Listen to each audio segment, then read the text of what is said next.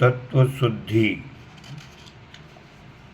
ये सृष्टि पंच तत्वों से बनी हुई है। प्राणियों के शरीर भी इन तत्वों से बने हुए हैं। मिट्टी, जल, वायु, अग्नि और आकाश, इन 5 तत्वों का ये सब कुछ संप्रसार है। जितनी वस्तुएं दिखाई देती हैं या इंद्रियों द्वारा अनुभव में आती हैं, उन सब की उत्पत्ति पंच तत्वों द्वारा हुई है। वस्तुओं का परिवर्तन, उत्पत्ति, विकास तथा विनाश इन तत्वों की मात्रा में परिवर्तन आने से होता है। ये प्रसिद्ध है कि जलवायु का स्वास्थ्य पर प्रभाव पड़ता है। शीत प्रधान देशों तथा यूरोपियन लोगों का रंग, रूप, कद, स्वास्थ्य, अफ्रीका के तथा उष्ण प्रदेश वासियों के रंग, रूप, कद, स्वास्थ्य से सर्वथा भिन्न होते हैं। पंजाबी, कश्मीरी, बंगाली, मद्रासी लोगों के शरीर एवं स्वास्थ्य भी भिन्नता प्रत्यक्ष है। ये जलवायु का ही अंतर है। किन्हीं प्रदेशों में मलेरिया, पीला बुखार, पेचिश, चर्म रोग, फील, पाँव, कुष्ठ आदि रोगों की बाढ़ सी होती है, और किन्हीं स्थानों की जलवायु ऐसी होती है कि वहाँ पर जाने पर तपेदिक, सरीखे, कष्ट सादे रोग भी अच्छे हो जाते हैं।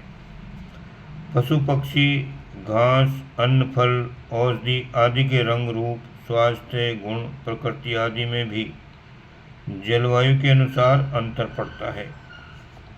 इसी प्रकार वर्षा, गर्मी, सर्दी का तत्व परिवर्तन प्राणियों में अनेक प्रकार के सूक्ष्म परिवर्तन कर देता है। आयुर्वेद शास्त्र में वात, पित्त, कफ का असंतुलन रोगों का कारण बनता है। वात का अर्थ है वायु, पित्त का काम अर्थ है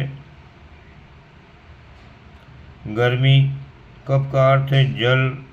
5 तत्वों से पृथ्वी शरीर का स्थिर आधार है।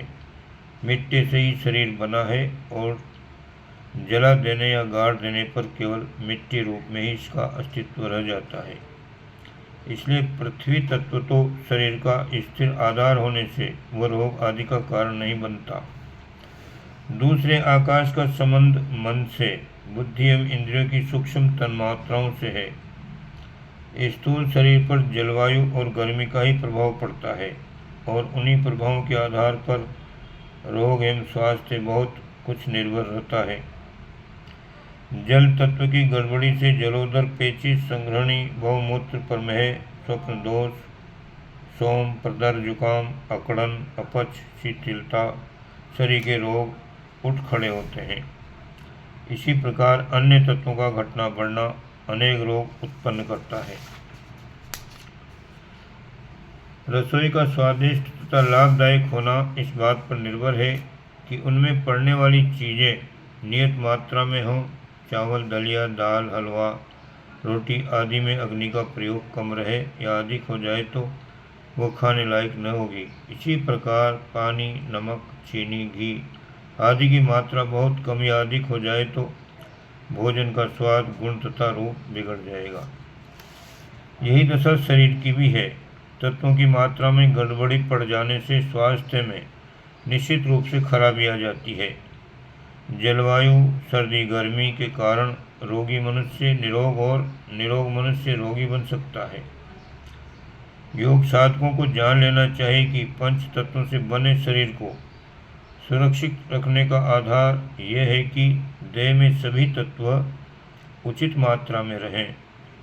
गायत्री के 5 मुख शरीर में 5 तत्व बनकर निवास करते हैं। यही 5 ज्ञान इंद्रियां और 5 कर्म इंद्रियों को क्रियाशील रखते हैं। लापरवाही, अव्यवस्था और आहार विहार के असंयम से तत्वों का संतुलन बिगड़कर रोगग्रस्त होना एक प्रकार से पंचमुखी गायत्री माता का ध्येय परमेश्वरी का तिरस्कार करना है। वेदांत शास्त्र में इन 5 तत्वों को आत्मा का आवरण एवं बंधन माना गया है। भगवान शंकराचार्य ने तत्वबोध की संकेत पीठिका में पंचीकरण विद्या बताई है। उनका कथन है कि बंधन से मुक्ति प्राप्त करने के लिए पहले हमें ये भली भांति जान लेना चाहिए कि ये संसार और कुछ नहीं, केवल पंचभूतों के परमाणु का इधर उधर उड़ते फिरना, संयुक्त और विमुक्त होते रहना मात्र है। जैसे वायु से प्रेरित बादल इधर उधर घुमड़ते रहते हैं, तो उनके संयोग वियोग से आकाश में पर्वत, रीछ, सिंह, पक्षी, वृक्ष, गुफा जैसे नाना प्रकार के कौतूहलपूर्ण चित्र क्षण क्षण में बनते और बिगड़ते रहते हैं। उसी प्रकार इस संसार में कई प्रकार के निर्माण, विकास और ध्वंस होते रहते हैं। जैसे बादलों से बनने वाले चित्र मिथ्या हैं, भ्रम है, भुलावा है, स्वप्न है, वैसे ही संसार माया, भ्रम या स्वप्न है। ये 5 भूतों के उड़ने फिरने का खेल मात्र है। इसलिए उसे लीलाधर की लीला, नटवर की कला या माया बताया गया है। कई अदूरदर्शी व्यक्ति संसार स्वप्न है ये सुनते ही आग बबूला हो जाते हैं और वेदांत शास्त्र पर ये आरोप लगाते हैं कि इन विचारों के द्वारा लोगों में अकर्मण्यता, निराशा, निरुत्साह, अनिच्छा पैदा होगी और सांसारिक उन्नति की महत्वाकांक्षाएं शिथिल हो जाने से हमारा समाज और राष्ट्र पिछड़ जाएगा। यह आक्षेप बहुत ही उथला और अविवेकपूर्ण है। वेदांत विरोधी इतना तो जानते ही हैं कि हमें मरना है और मरने पर कोई भी वस्तु साथ नहीं जाती। इतनी जानकारी होते हुए भी वे सांसारिक उन्नति को छोड़ते नहीं। स्वप्न में भी सब काम होते रहते हैं। इसी प्रकार शरीर का निर्माण ही ऐसे ढंग से हुआ है जिसमें पेट की, इंद्रियों की, मन की क्षुधाएं इतनी प्रबल लगा दी गई हैं कि बिना कर्तव्य परायण हुए कोई प्राणी क्षण भर भी चैन से नहीं बैठ सकता। निष्क्रिय व्यक्ति के लिए तो जीवन धारण किए रहना भी असंभव है। वेदांत ने संसार की दार्शनिक विवेचना करते हुए उसे पंचभूतों का अस्थिर परमाणु पुंज स्वप्न बताया है। तो इसका फलितार्थ ये हो जाना चाहिए कि हम आत्मिक लाभ के लिए ही सांसारिक वस्तुओं का उपार्जन एवं उपयोग करें। वस्तुओं की मोहकता पर आसक्त होकर उनके संचय एवं अनियंत्रित भोगों की मृग तृष्णा से अपने आत्मिक हितों का बलिदान न करें। कर्तव्यरत रहना तो शरीर का स्वाभाविक धर्म है। इसे त्यागना किसी भी जीवित व्यक्ति के लिए संभव नहीं है। वेदांत की ये शिक्षा कि ये संसार पंचभूतों की क्रीड़ा स्थली मात्र है, पूर्णतया विज्ञान सम्मत है।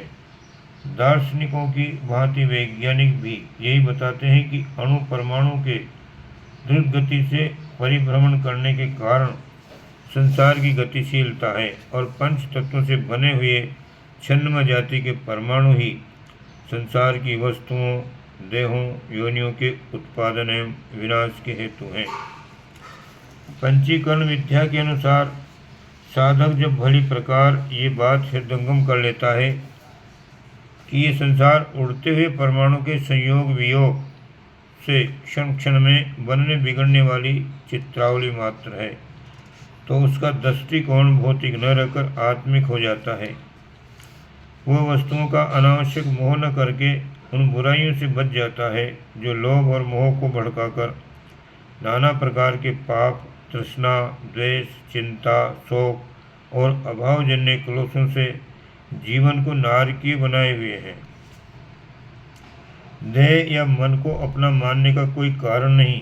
ये जड़ परिवर्तनशील देह भी संसार के अन्य पदार्थों की भांति ही पंचभौतिक हैं।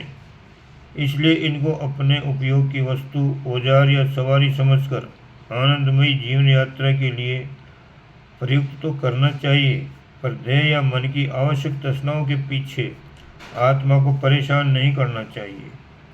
इस मान्यता को हृदयंगम कराने के लिए शरीर का विश्लेषण करते हुए तत्वबोध में बताया गया है कि किस तत्व से शरीर का कौन सा भाग बनता है। पृथ्वी तत्व की प्रधानता से अस्थि, मांस, त्वचा, नाड़ी, रोम आदि भारी पदार्थ बने हैं। जल की प्रधानता से मूत्र, कफ, रक्त, शुक्र आदि हुआ करते हैं। अग्नि तत्व के कारण भूख, प्यास, श्रम, थकान, निद्रा, कांति आदि का अस्तित्व है। वायु तत्व में चलना फिरना, गति, क्रिया, सिकुड़ना, फैलना होता है। आकाश तत्व से काम, क्रोध, लोभ, मोह, भय आदि वृत्तियों, इच्छाओं और विचारधाराओं का आविर्भाव हुआ है। तात्पर्य यह है कि शरीर में जो कुछ भी अंग प्रत्यंग, पदार्थ तथा प्रेरणा है वो पंच तत्वों के आधार पर ही है। जब इस प्रपंच रूप संसार और पंचावरण शरीर में से अहम की मान्यता हटाकर विश्वव्यापी चैतन्य आत्मा में अपने को परिव्याप्त मान लिया है तो वो परिपूर्ण मान्यता ही मुक्ति बन जाती है। शरीर और संसार की पंचभौतिक सत्ता को प्रपंच शब्द से संबोधित किया गया है और वेदांत में योग साधना का आदर्श है कि मैं और मेरा द्वैत छोड़कर केवल मैं का अद्वैत सीखो। विश्व में जो कुछ है वो मैं आत्मा हूँ, मुझसे भिन्न और कुछ नहीं। ये मान्यता अद्वैत ब्रह्म को प्राप्त करा देती है।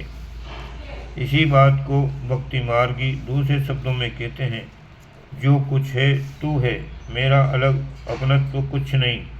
दोनों ही मान्यताएं बिल्कुल एक जैसी हैं। भक्ति मार्ग और वेदांत में शब्दों के फेर के अतिरिक्त वस्तु तो कुछ अंतर नहीं है। अन्नमय कोश के परिमार्जन के लिए तीसरा उपाय तत्व शुद्धि है। स्थूल रूप से शरीर के पंच तत्वों को ठीक रखने के लिए जल, वायु, ऋतु, प्रदेश और वातावरण का ध्यान रखना आवश्यक है। सूक्ष्म रूप से पंचीकरण विद्या के अनुसार तत्व ज्ञान प्राप्त करके आत्म तत्व और अनात्म तत्व के अंतर को समझते हुए प्रपंच से छुटकारा पाना चाहिए। तत्व शुद्धि के दोनों ही पहलू महत्वपूर्ण हैं। जिसे अपना अन्नमय कोश ठीक रखना है उसे व्यवहारिक जीवन में पंच तत्वों की शुद्धि संबंधी बातों का भी विशेष ध्यान रखना चाहिए। ओम शांति।